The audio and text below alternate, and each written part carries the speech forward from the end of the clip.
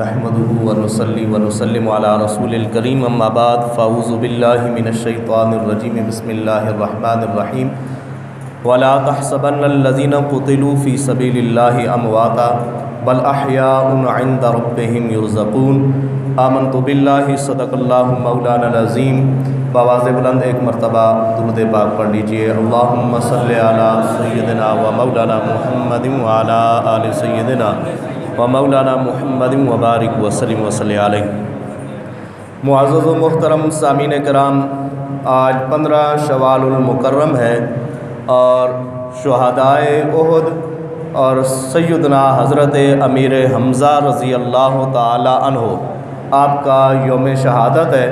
حضرت امیر حمزہ رضی اللہ تعالیٰ عنہ وہ شخصیت ہیں جن کا سلسلہ نسب نبی پاک صلی اللہ تعالیٰ علیہ وبارک وسلم کے ساتھ ملتا ہی ہے، حضور کے چچا ہیں۔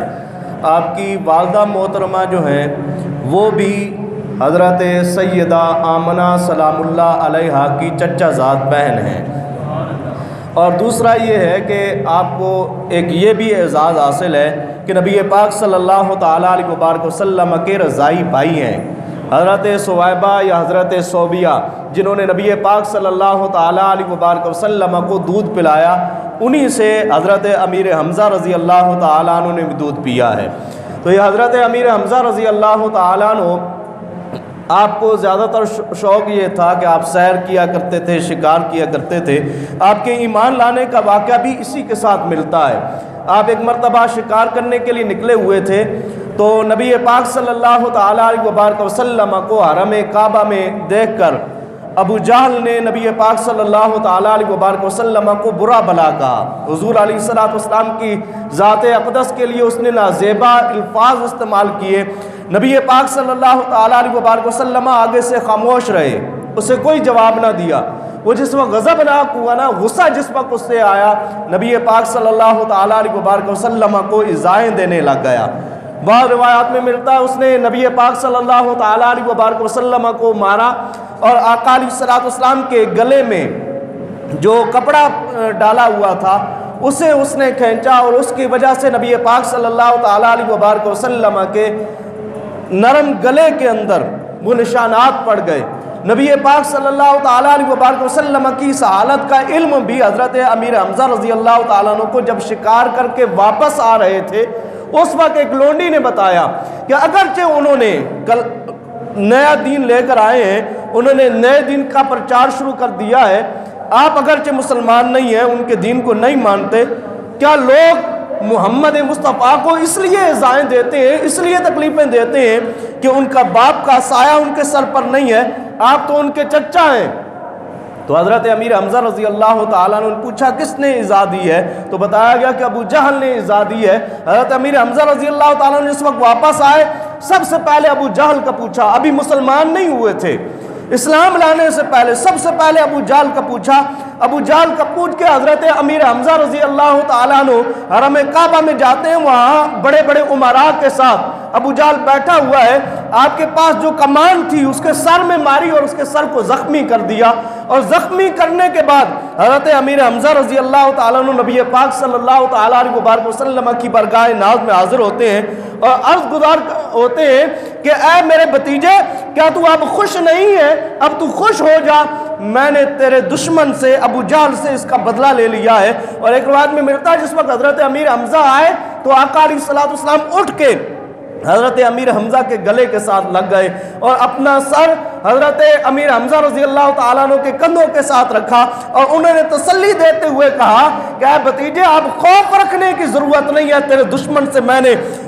بدلہ لے لیا ہے، اب خوش ہو جاؤ۔ آقا علیہ السلام نے فرمایا چچا میں اس بات پہ خوش نہیں ہوتا۔ حضرت امیر حمزہ رضی اللہ تعالیٰ نے عرض کی یا رسول اللہ پھر آپ کس بات پہ خوش ہوتے ہیں؟ آقا علیہ السلام نے فرمایا میں خوش تب ہوں گا تو کلمہ پڑھ کے اسلام میں داخل ہو جا۔ اس وقت حضرت امیر حمزہ رضی اللہ تعالیٰ نے آقا علیہ السلام کی خوشی کے لیے کلمہ پڑھ کے مسلمان ہوئے، اسلام میں داخل ہو گئے۔ پھر آپ کی جانب بازیاں بھی اسلام کے اندر دیکھی گئیں، غزوہ بدر ہو یا غزوہ احد ہو، آپ نے وہ جانب بازیاں دکھائیں۔ غزوہ احد کے اندر آپ نے تنہا 31 مشرکوں کو واصل جہنم کیا، اور آپ کو ایک واشی نام تھا، وہ بھی مسلمان نہیں ہوئے تھے، انہوں نے نبی پاک صلی اللہ تعالیٰ علیہ وبارک وسلم کے اس چچا کو اس طاق میں تھے کہ کہیں کوئی وقت مل جائے. ویسے تو ان کا لقب جو ہے اسد اللہ ہے، اور ایک روایت میں ملتا ہے نبی پاک صلی اللہ تعالیٰ علیہ وبارک وسلم نے فرمایا فاطمہ آپ خوش ہو جاؤ، اللہ نے حمزہ کا لقب آسمانوں میں اسد اللہ و اسد الرسول رکھا ہے، یعنی وہ خدا کا بھی شیر ہے، رسول اللہ کا بھی شیر ہے. تو آپ کے سامنے آ کر کوئی آپ پہ وار تو نہیں کر سکتا تھا. یہ واشی اپنے آزادی کی لالچ میں نبی پاک صلی اللہ تعالیٰ علیہ وبارک وسلم کی طاق میں تھا، اور آقا علیہ الصلوۃ والسلام کے اس پیارے چچا حضرت امیر حمزہ رضی اللہ تعالیٰ عنہ نے جس وقت ایک مشرک کو جس وقت نشانہ بنایا وہ نیچے گرا، اور حضرت امیر حمزہ رضی اللہ تعالیٰ عنہ اس کی زرہ اتارنے لگے تاکہ زرہ اتار کے میں کسی اپنے دوست کو دے دوں تاکہ اس پر کسی کا وار اثر نہ کرے. وہ اتارنے لگے تو آپ نیچے ہوئے اور آپ کے پیٹ سے تھوڑی سی زرہ ہٹ گئی. تو یہ بڑے نشانہ باز تھے وحشی، انہوں نے دور سے نشانہ باندھا، اور حضرت امیر حمزہ رضی اللہ تعالیٰ عنہ کو پیٹ میں جا کے یہ لگا، اور حضرت امیر حمزہ رضی اللہ تعالیٰ عنہ نے ایک مرتبہ اٹھنے کی کوشش کی، زخم اتنا گہرا تھا کہ دوبارہ نہ اٹھ سکے، اور آپ وہاں پہ جامِ شہادت نوش کر جاتے ہیں. اور پھر روایات میں ملتا ہے آپ کے پیٹ کو چاک کیا گیا، آپ کے دل کو نکالا گیا، آپ کے کلیجے کو نکالا گیا، آپ کی ناک مبارک اس کو بھی کاٹ لیا گیا، آپ کی آنکھیں نکال لی گئی، آپ کے کانوں کو کاٹا گیا، آپ کو مسلح کیا گیا. نبی پاک صلی اللہ تعالیٰ علیہ وبارک وسلم جب تشریف لائے، حضرت امیر حمزہ رضی اللہ تعالیٰ عنہ کی اس حالت کو دیکھ کے آقا علیہ السلام زاروں قطار رو رہے ہیں، اور نبی پاک صلی اللہ تعالیٰ علیہ وبارک وسلم کی پھپھی حضرت صفیہ جس وقت آتی ہیں تو آقا علیہ السلام فرماتے ہیں آپ قریب مت آنا، ان کی حالت ایسی ہے کہ آپ سے دیکھی نہیں جائے گی. انہوں نے عرض کی کہ میں نے اللہ سے یہ دعا مانگی ہے اللہ مجھے صبر عطا فرمائے، اور میں جس وقت پاس آؤں گی حالت دیکھوں گی مجھے یقین ہے اللہ مجھے صبر عطا فرمائے گا، اور میں اس حالت کو برداشت کروں گی. اور پھر جس وقت کفن دینے کی باری آئی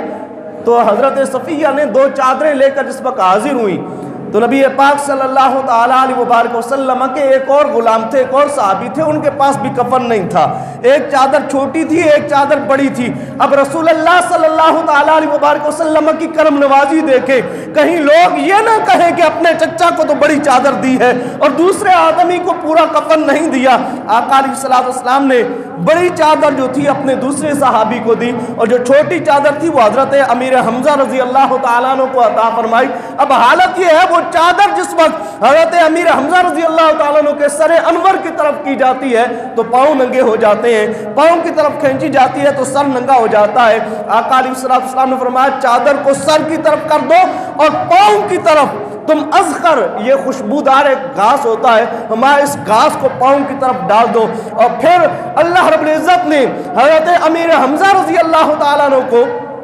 جنت کے اندر وہ مقام عطا فرمایا جو آیہ کریمہ آپ احباب کے سامنے پڑھی. حضرت عبداللہ ابن عباس رضی اللہ تعالیٰ عنہ آپ فرماتے ہیں کہ جتنی بھی ارواح تھیں جو